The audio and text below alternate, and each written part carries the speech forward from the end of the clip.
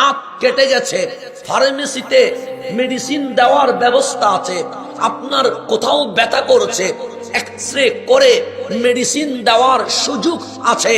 কিন্তু যদি মনে কষ্ট পান, এই চিকিৎসা ফার্মেসিতে নাই, মেডিকেলে নাই, হসপিটালে নাই, কোন ডাক্তারের কাছে আসেনি। আছে। আজকে যুব সমাজ বলছে ডিপ্রেশন। আমরা মনে দুঃখ পেয়ে, কষ্ট পেয়ে আমাদের জীবনকে শেষ করে দিতে চাই।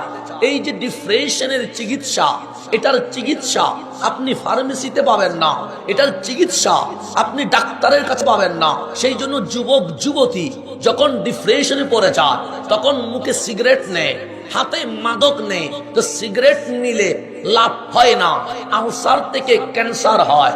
মাদক নিলে কোনো লাভ হয় না, নিজেরও ক্ষতি হয়, পরিবারের ক্ষতি হয়, সমাজের ক্ষতি হয়। তো যেখানে ডিপ্রেশনের কোনো চিকিৎসা নাই, যেমন বন্ধু বেঈমানি করেছে, আমরা কষ্ট পাই কোথায়? অন্তরে। ব্যবসা বন্ধ হয়ে গেছে, কষ্ট পায় কোথায়? অন্তরে। চাকরি চলে গেছে, কষ্ট পায় কোথায়? অন্তরে। কেউ গালি দিয়েছে, কষ্ট পায় কোথায়? অন্তরে। প্রেমিকা চলে গেছে, কষ্ট পায় কোথায়? অন্তরে। তাহলে আমরা কষ্ট পাওয়ার ধরন ভিন্ন ভিন্ন, কিন্তু সবাই কষ্ট পায় এক জায়গায়, সেটার নাম অন্তর। কথা ঠিক কিনা? দুঃখ কোথায়? এই অন্তরের যে কষ্ট, এটার কোনো মেডিসিন নাই, এটার কোনো চিকিৎসা নাই। তো আমার আল্লাহ আপনাকে বলছে, বান্দা তোর মুখটা পেরেশান কেন, চোখের মাঝে পানি কেন? রাত তো দিয়েছি ঘুমানোর জন্য, ঘুমাস না কেন? সূর্য তো দিয়েছি দুনিয়াতে বিচরণ করার জন্য, তুই তো তোর জীবন নষ্ট করে দিয়েছিস। কারণ কি? তখন যুবক বলছে, মাওলা মনে কষ্ট পেয়েছি, এই কষ্টের চিকিৎসা ফার্মেসিতে নাই, ডাক্তারের কাছে নাই, হসপিটালের কাছে নাই। তখন আল্লাহ চিকিৎসা দিচ্ছে।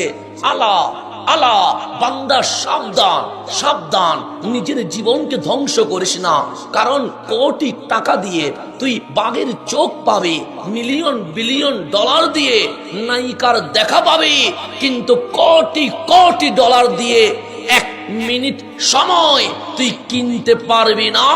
এই সময় আমি মাওলা তোকে গিফট করে দিয়েছি। কথা ঠিক কিনা? সময়ের মালিককে।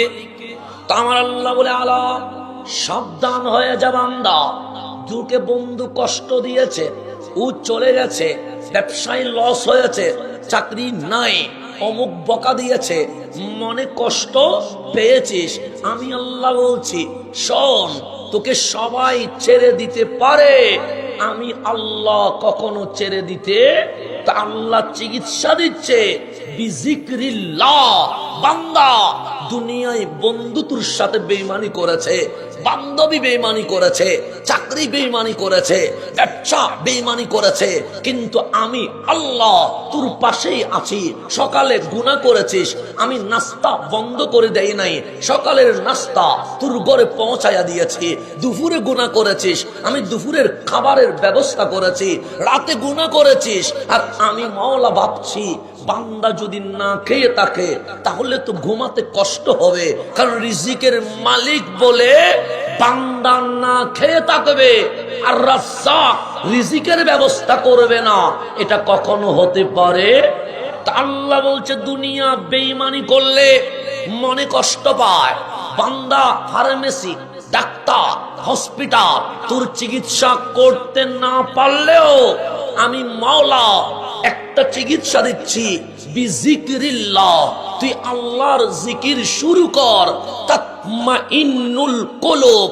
যেই মন কষ্ট পেয়েছে, জিকিরের কারণে তোর কলব আজকেই শান্তি হয়ে যাবে।